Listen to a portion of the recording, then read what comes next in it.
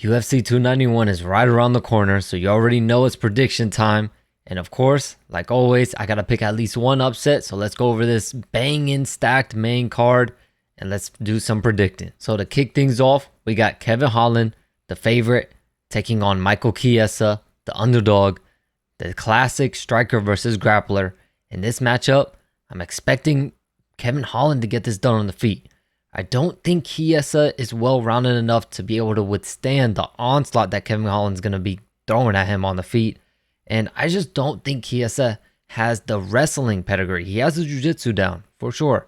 But I just don't think he has the wrestling pedigree to get Kevin Holland down, keep him down, and be able to pull off some sort of submission and get the job done. I just think Kevin Holland, he's going to be too crafty on the feet. He's too fast, too powerful with that right hand. My goodness, that thing is lethal, as we saw from that Wonderboy fight and many others.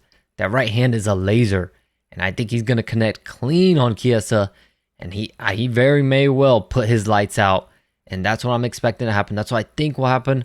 I'll say Kevin Holland around second round knockout. Next up, we got the return of El Cucuy, Tony Ferguson, taking on Bobby Green. I gotta go with Bobby Green. It's just tough, man. It's so hard to try to pick Tony Ferguson in these cases. Of course, we would love to see Tony succeed and win. An all-time MMA legend, has been in the game for so long. So, of course, we would like to see Tony win, but I got Bobby Green in this. I just think Bobby Green is going to be too big, too strong for Tony. Tony, as always, has never had the best wrestling. You know, he always resorts to these weird ankle picks and Imanari rolls to try to get some sort of takedowns, or he gets dropped or lets his opponent take him down, which is how he's able to get a submission off of his back. I just don't think he's going to be able to get Bobby Green down. And if this is a striking match, you already know, especially from his last fight, when he fought Nate Diaz, we all know and we all could see it, Bobby Green is heavily the favorite when it comes to the stand-up game. So like I said, I just don't think Tony's going to be able to get him down. It's sad because, it's almost like the end of an era. Like Tony Ferguson was on such a long reign. He was so dominant and such a good fighter for so long. And then it's just now that these past couple fights, we're starting to really see that his age might keep catching up with him. The constant damage that he's taking is starting to catch up with him a little bit. I wouldn't say that Justin Gaethje fight, he wasn't quite there yet, but you could definitely say after that fight, it put him there. The hard, brutal loss to Michael Chandler, and then to go in there and get submitted by Nate Diaz, it's been a tough road for Tony Ferguson. It seems like he's more so in the fight game just for fun now. It's not all serious from Tony anymore like it was in the past. It's not all for the title. He's more so just having fun, so he probably realizes he's on the tail end of his career, so he just wants to make do with what he's got left in the tank. And of course, I'm rooting for him. Hopefully he does well in this fight. Hopefully he doesn't take too much damage if he were to lose. But I just think Bobby Green is going to take this one. Next up, we got a very, very exciting fight. We got Stephen Wonderboy Thompson taking on Michel Pereira. Those of you who don't know Michel Pereira, man, he is a wild, crafty guy. He does all types of crazy stuff. He was doing backflips in the octagon in the middle of fights, doing all type of crazy stuff, flips, jumping off the cage, all type of stuff. This dude is so unpredictable. And as you already know, Stephen Wonderboy Thompson puts on amazing fights. It's the karate master, Stephen Wonderboy. Just such an entertaining fighter. His style, so fast. Even for his age, man, he can move. That Kevin Holland fight, Stephen Wonderboy looked way more impressive than I was expecting him to look. And look at that toughness. He took some shots from Kevin Holland, getting dropped, getting hurt, and he was able to weather the storm and come back and dominate that fight after getting dropped and getting hurt badly. So Wonderboy Thompson, man, I'm liking this Wonderboy, man. It's almost like we're seeing a different Wonderboy that we saw when he fought Tyron Woodley. It's almost like he's like better, not better, but I'll say he's more willing to trade and he's more willing to bang and fight in there. He's not as hesitant. He's not as laid back. Like we seen the Tyron Woodley fight, it was very uneventful. It was, a Tyron Woodley show where the fight wasn't very exciting, which is why people, started to not like Tyron Woodley because he stopped putting on such exciting fights. But Wonderboy now, he's willing to get in the fire and get dirty, get messy, get bloody. So this is going to be a very good one. I got Wonderboy taking this one. Wonderboy is the favorite. So yep, I got Wonderboy taking this one also. I just think he's too much of a vet for Michel Pereira. Michel Pereira has struggled with much lesser competition in there.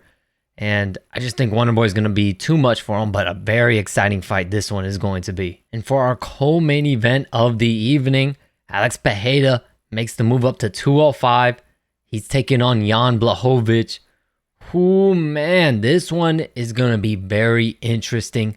Can Alex Pereira transfer that power over to 205? I think he definitely can. But Jan Blachowicz has got a chin. Jan Blachowicz is not easy to hurt, not easy to crack. And we haven't really seen Jan get knocked out like that. So can Alex Pereira put the lights out? Which we haven't seen anyone else be able to do. But here's the only thing. I'm picking Jan Blachowicz to win this one. And it's not because of the wrestling. I understand a lot of people are saying, well, Alex Pereira had struggles with Izzy on the ground. Jan Blachowicz was able to take Izzy and handle Izzy on the ground. That's how he beat, that's how he beat Izzy. And I know a lot of people are thinking Jan is going to take this fight to the ground and Alex is going to be lost. But honestly, I think that Polish power is going to knock Alex Pereira out, if I'm being honest. We've seen Alex Pereira get knocked out by Izzy. He hasn't had that much time to recover from that. That really wasn't that long ago. So he hasn't had enough time to recover from getting knocked out cold. And I just think that he needed a little bit more of a break than just hopping right back in there into another fight against someone with arguably more power that's going to be hitting him. So I got Jan Blachowicz winning this one. I think Jan Blachowicz will knock him out. I will say third round knockout for Jan Blachowicz. But of course, honestly, I would like to see Alex Pereira win because I feel like he'd just be in much more exciting fights. Like imagine a fight with Alex Pereira and Yuri Prohaska. Oh, for the title. Fireworks. Or even those guys with Jamal Hill. Oh my God. So I would like to see Alex Pereira win because if he did win, he's in for some fun, very, very fun striking fest type fights, some wars in the future. But I just think that Polish power is going to get the job done. And then for the main event of the evening, Dustin Poirier taking on Justin Gaethje for the BMF belt. The BMF title makes a comeback, and this is going to be my upset fight. I'm rocking with Justin Gaethje. I know Dustin Poirier was able to take care of business in their first fight, but I think Justin Gaethje is a new and improved fighter now. He fights a lot smarter. He's not as reckless. He's not as reckless and just as, if not more, dangerous. So I got Justin Gaethje this one. I think Justin Gaethje, instead, if he gets hurt, instead of being willing to stand there and fight through it, he's either going to be smart and circle away, or he's possibly going to shoot for a takedown. We could see Justin Gaethje shoot for more takedowns here. But, of course, Dustin Poirier's got that power. He can put it on Justin Gaethje and really, really hurt him. But I just think Poirier gets hurt also. And Poirier, I would give the gas tank advantage to Poirier too. But I just think Justin Gaethje will get the job done somehow. I think Justin Gaethje is just a new vamped fighter. I think Dustin Poirier is going to come into this thinking that Justin is the same type of fighter, and he's just not. He's new and improved. He's not as reckless. He's much more calculated. And I'm riding with Justin Gaethje on this one. I think I would like to see him utilize his wrestling.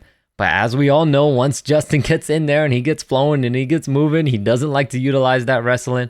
But I think it's always there in his back pocket, which is really good to have because, Dustin might not be expecting it since he didn't even see it the last one. So I'm riding with Justin Gaethje on this one. It's a tough one though, man. It's tough. It's so hard to pick a guy for this main event. It's going to be such a good fight. This is fight of the night written all over it. Possibly even fight of the year written all over it. This is going to be a banger. And we got a whole banger of a card. This whole main card is just booming with fights. And of course, I will be live with this card this Saturday. Cannot wait. Hope to see some of you there. If you're new, feel free to subscribe. Thank you so much for the support, and I'll catch you in the next video.